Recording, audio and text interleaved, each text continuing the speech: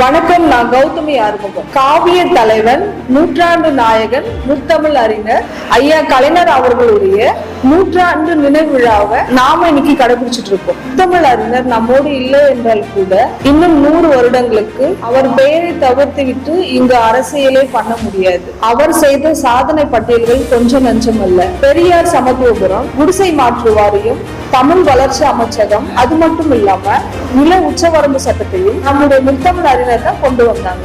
30 acre வச்சிருக்கான்ற நிலையை மாற்றி 15 ஏக்கரை குறைச்சாங்க. இதன் மூலமா பல பேர் நில உரிமையாளரா மாறினாங்க.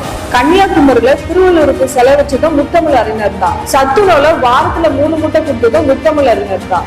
அந்த 3 முட்டையை பின்னாடி 5 முட்டையாக உயர்த்தினாங்க. ஆதி திராவிடருக்கு வீட்டு வசதி வாரியம் அமைச்சு கொடுத்ததும் கலைஞர் தான். உயர் நீதிமன்ற மதுரை கிளையை உருவாக்குனதும் கலைஞர் தான். விவசாயிகளுக்கு 7000 கோடி விவசாய கடனை தள்ளுபடி செஞ்சதும் நம்ம கலைஞர் தான். தனியார் பேருந்துகளை அரசுடைமை ஆக்குனதும் நம்ம கலைஞர் தான். 1,78,880 ஏக்கர் அரசு நிலங்களை நிலமற்ற விவசாயிகளுக்கு கொடுத்ததும் நம் கலைஞர் தான். ஏழை கர்ப்பிணிக்கு நிதி உதவி கொடுத்திருக்காங்க.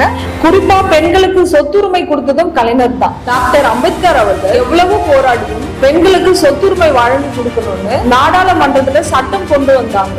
ஆனா ஆதிக்க சக்திகளாக அந்த சட்டம் தோற்கடிக்கப்பட்டது. ஆனால் முத்தமிழ் அறிஞர் கலைஞர் அவர்கள் டாக்டர் அம்பேத்கருடைய கனவை இந்த தமிழ்நாட்டுல நிறைவேற்றி காட்டியிருக்காரு. விவசாயிகளுக்கு இலவச மின்சாரம் வழங்கியதும் கலைஞர் தான். இஸ்லாமியர்களுக்கு 3.5% இடஒதுக்கீடு கொடுத்ததும் நம் கலைஞர் தான். அருந்ததியர்களுக்கு 3% உள் ஒதுக்கீடு வழங்கியதும் நம் கலைஞர் தான். அனைத்து ஜாதியினரும் அர்ச்சகர் ஆகலாம் திட்டத்தை கொண்டு வந்ததும் நம் கலைஞர் தான். கட்டாய மதமாற்ற தடை சட்டத்தை ரத்து பண்ணதும் நம் கலைஞர் தான். தமிழுக்கு செம்மொழி அந்தஸ்து கலைஞர் ஆட்சியில தான் வழங்கப்பட்டது. கோவையில 2010 உலக செம்மொழி மாநாட்டை நடத்தினதும் நம் கலைஞர் தான். 1996 படிக்கக்கூடிய மாணவர்களுக்கு இலவச பஸ் பாஸ் கொண்டு வந்தது நம் கலைஞர் தான். 1,75,493 சுய உதவி குழுக்களை உருவாக்கினதும் நம் கலைஞர் தான். இந்தியாவிலேயே பிற்படுத்தப்பட்டவர்களுக்கு தனி அமைச்சரவை உருவாக்குனது நம் கலைஞர் தான்.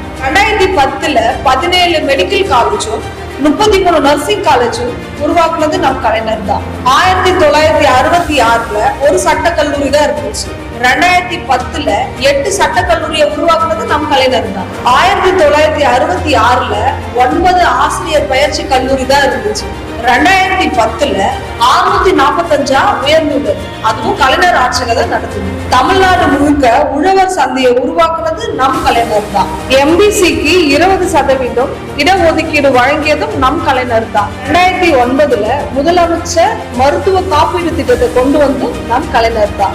1996 33% உள்ளாட்சி தேர்தலில் பெண்களுக்கு இடஒதுக்கீடு கொடுத்ததும் நம் கலைஞர் தான்.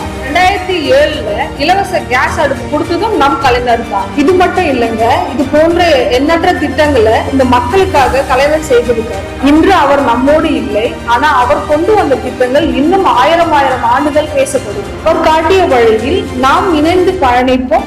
நன்றி.